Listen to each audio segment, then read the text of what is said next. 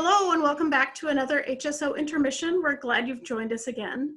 Today I have the privilege of talking to my friend Judy Meyer, who is the Personnel and Operations Manager for Holland Symphony.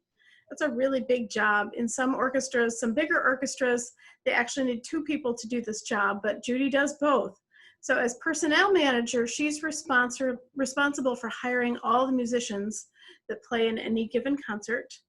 And as operations manager, she does just about everything else.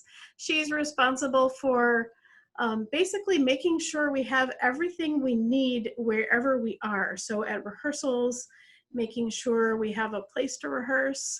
At concerts, making sure the stage is set up right in terms of how many chairs and stands, and if we need other equipment, she helps coordinate getting instruments that people don't bring themselves, such as, big percussion instruments and pianos and things. And so at a place like Jack Miller at Hope College, that's not too hard to do because Hope College owns all that equipment. But sometimes when we have concerts out in the boat shed, for example, she has to rent a truck and bring all kinds of equipment and chairs and stands and risers out there. So we're grateful for Judy and all that she does for Holland Symphony. So I'm just going to ask her a couple questions. I'm going to start off by asking Judy to tell us a little bit about who is in Holland Symphony. In other words, who's playing? What are the musicians? Who are they?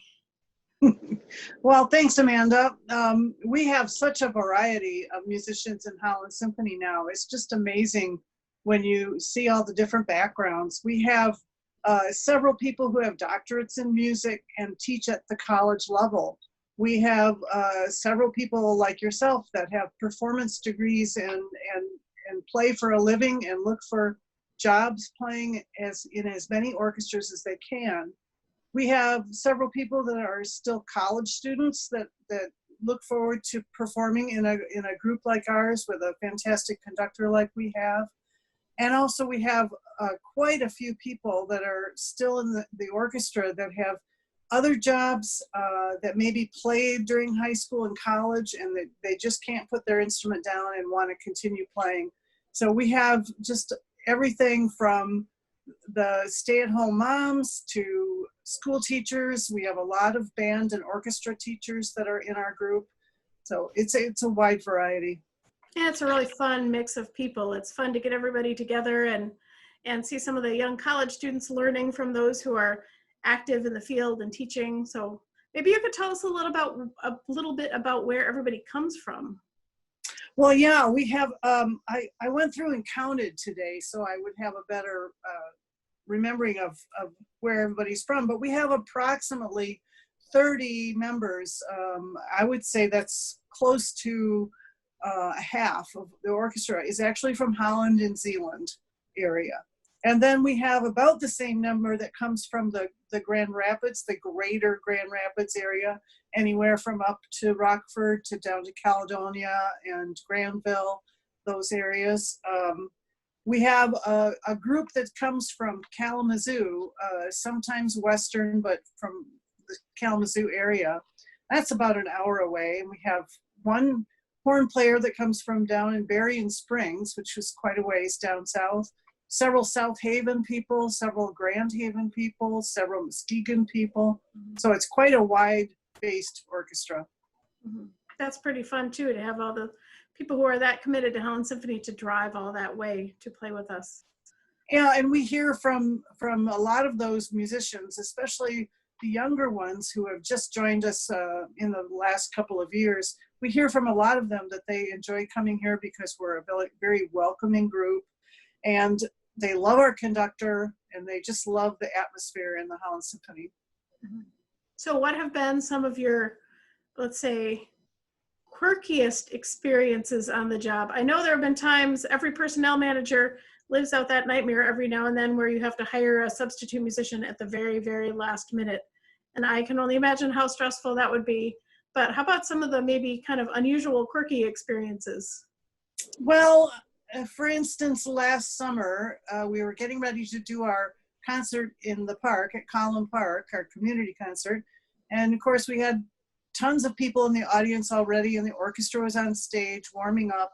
And all of a sudden, some of the brass players in the back row started jumping up and running out of the shell.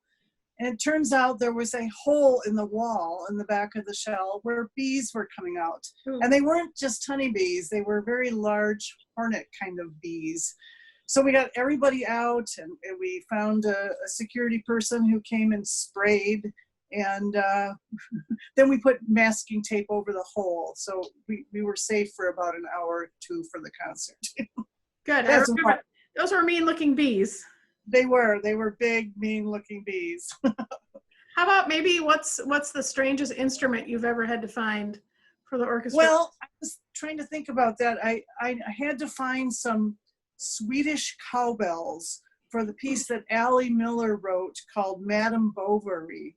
And they were just these huge, great big cowbells. And luckily the composer, Allie Miller, had a set of those at home. So he loaned them to us.